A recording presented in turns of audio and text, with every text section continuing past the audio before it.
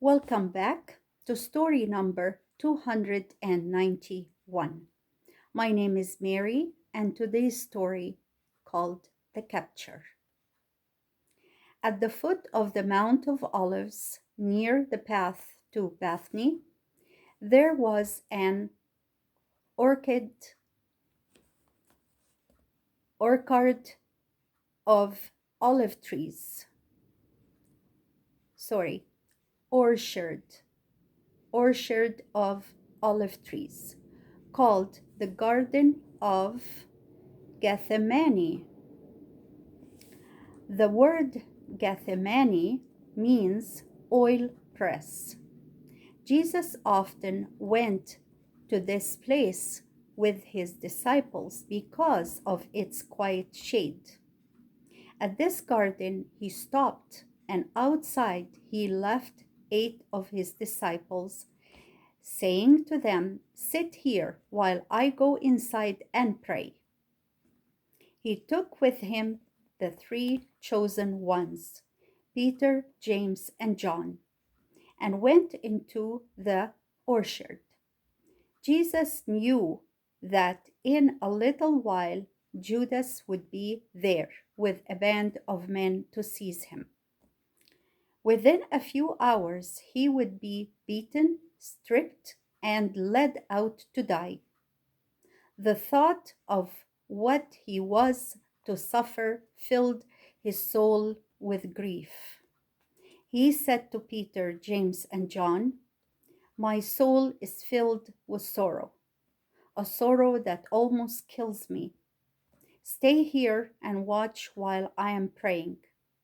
He went a little further among the trees and flung himself down on the ground, crying out, "Oh, my Father, if it be possible, let this cup pass away from me. Nevertheless, not as I will, but as you will." His suffering was so great that great drops of sweat, like blood, fell from his face to the ground. After praying for a time, he got up, went to his 3 disciples, and found them all asleep. He awaked them and said to Peter, "Couldn't you watch with me 1 hour? Watch and pray that you may not go into temptation.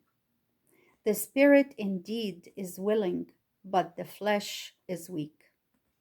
He left them, went a second time into the woods, fell on his knees, and prayed again, "Oh, my Father, if this cup cannot pass away and I must drink it, then your will be done."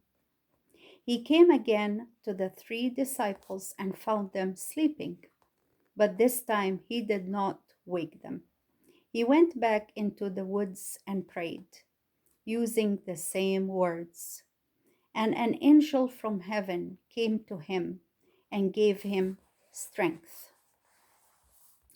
I will share with you a picture that says Jesus knelt down and began to pray. And it's right here.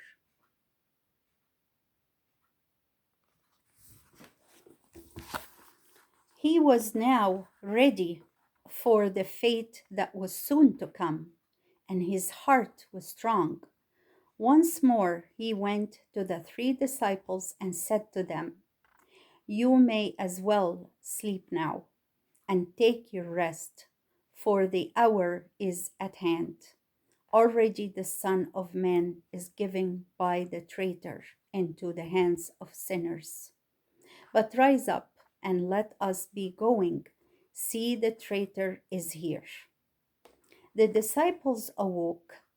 They heard the noise of a crowd, saw the flashing of torches and gleaming of swords and spears. In the throng, they saw Judas standing, and they knew that he was the traitor Jesus had spoken of the night before. Judas came rushing forward and kissed Jesus as though he were glad to see him. This was a signal he had given to the band, for the men of the guard did not know Jesus. And Judas had said to them, "The one I shall kiss is the man you are to take. Seize him and hold him fast." Jesus said to Judas, "Judas, do you betray the Son of Man with a kiss?" Then he turned to the crowd and said, "Whom do you seek?" They answered, "Jesus of Nazareth." Jesus said, "I am he." When Jesus said this, a sudden fear came to the enemies. They drew back and fell to the ground. After a moment, Jesus said again, "Whom do you seek?" Again they answered, "Jesus of Nazareth." And Jesus said, pointing to his disciples, "I told you that I am he. If you are seeking me, let these disciples go their way." But as they came forward to seize Jesus, Peter drew his sword and struck at one of the men in front, cutting off his right ear. And I will show you another picture. Jesus is betrayed by Judas' kiss. And it is right here.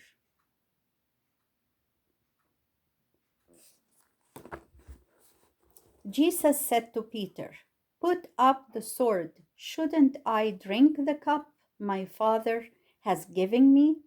Don't you know that I could call on my Father and he would send me armies upon armies of angels?"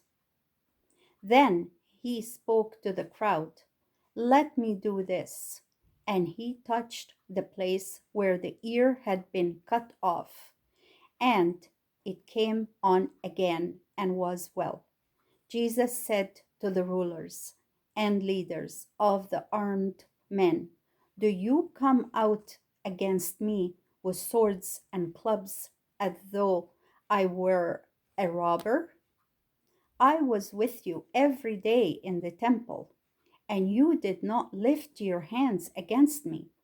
But the words in the scriptures must come to pass, and this is your hour."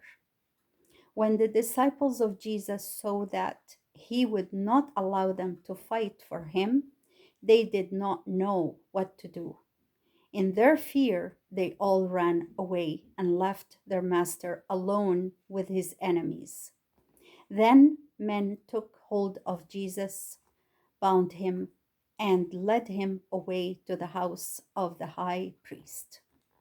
And that was the word of the Lord. Now we come to our discussion questions. Number 1, why did Jesus take the disciples to the Garden of Gethsemane? Why did Jesus take the disciples to the Garden of Gethsemane? Number 2, which disciples did Jesus take into the orchard with him? Which disciples did Jesus take into the orchard with him? Number 3, what happened in the garden? What happened in the garden? Number 4, who came to take Jesus away? Who came to take Jesus away? Number 5, how did Peter try to help Jesus? How did Peter try to help Jesus? What did Jesus do? What did Jesus do? And that was the end of our questions.